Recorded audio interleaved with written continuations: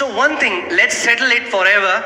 इस बात को हम हमेशा के लिए साबित कर लेते हैं. And I'm saying not everyone has faith. Only those people who are born of God, they have God kind of faith. और मैं ये नहीं कह रहा हूँ कि हर एक के पास, लेकिन जिन लोगों ने परमेश्वर से जन्म लिया है उनके पास परमेश्वर जैसा विश्वास So है. if you are here and you are not born again, I'll tell you, get born again. तो अगर आप यहाँ हैं और आपका प्रभु यीशु नहीं है, तो मैं कहूँगा आप नया जन्म पा लीजिए. The day you get born again, God comes in your spirit to dwell in your spirit in the form of seed, and then Bible says Christ starts growing in our spirit. जिस दिन आप नया जन्म पाते हैं, परमेश्वर आपकी आत्मा में एक बीज के रूप में आता है और बाइबल कहती है मसीह हम में बढ़ने लगता है. Amen? Guys, are you alive? आप जीवित हैं? See, I always say for God to create anything, He has to speak.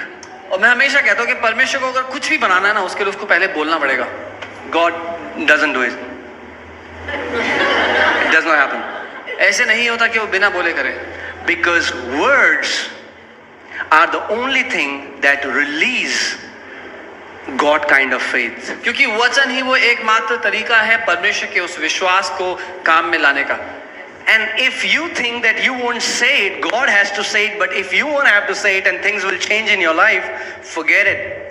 और अगर आपको लगता है कि आपको बोलने की आवश्यकता नहीं, परमेश्वर आपकी जगह बोलेगा और उसकी वजह से चीजें बदलेंगी, तो भूल जाएं, कभी नहीं बदलेगी. Amen? So what did we learn?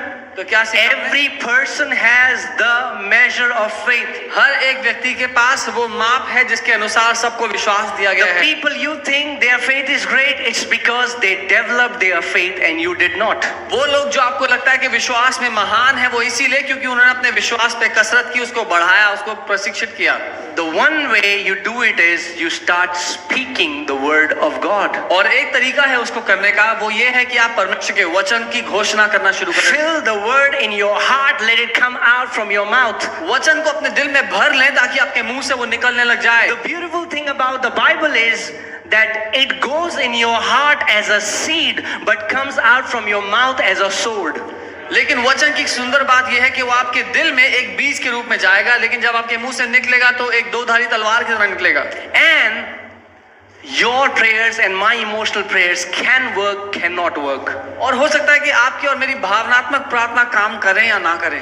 But the Bible says लेकिन बाइबल ये कहती है every word that comes out from the mouth of God does not return to him void. परमेश्वर के मुंह से निकला हुआ कोई भी वचन उसके पास खाली हाथ वापस नहीं आता. So when you fill God's word in your mouth and you start speaking God's word, what happens? It does not return to you void. तो जब आप परमेश्वर के वचन को अपने मुंह में भर लो और उसकी घोषणा करना शुरू करो, वो वचन आपके पास खाली नहीं आएगा. But people don't want to do that because they're looking for shortcut. लेकिन लोग ये करना नहीं चाहते क्योंकि उनको छोटा रास्ता चाहिए. भैया आप बोल दो ना, मेरे लिए मन नहीं कर रहा.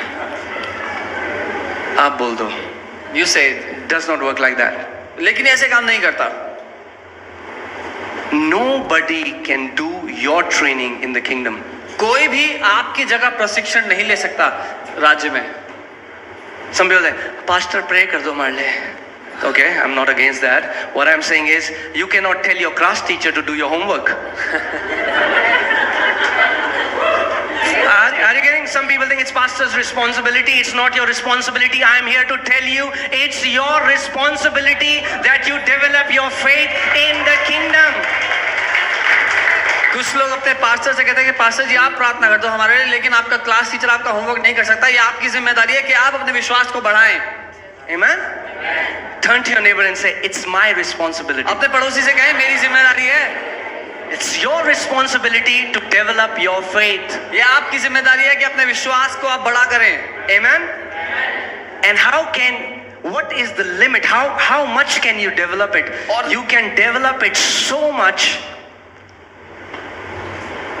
that your words and the words of Jesus start sounding alike, and the results that come from that are also alike.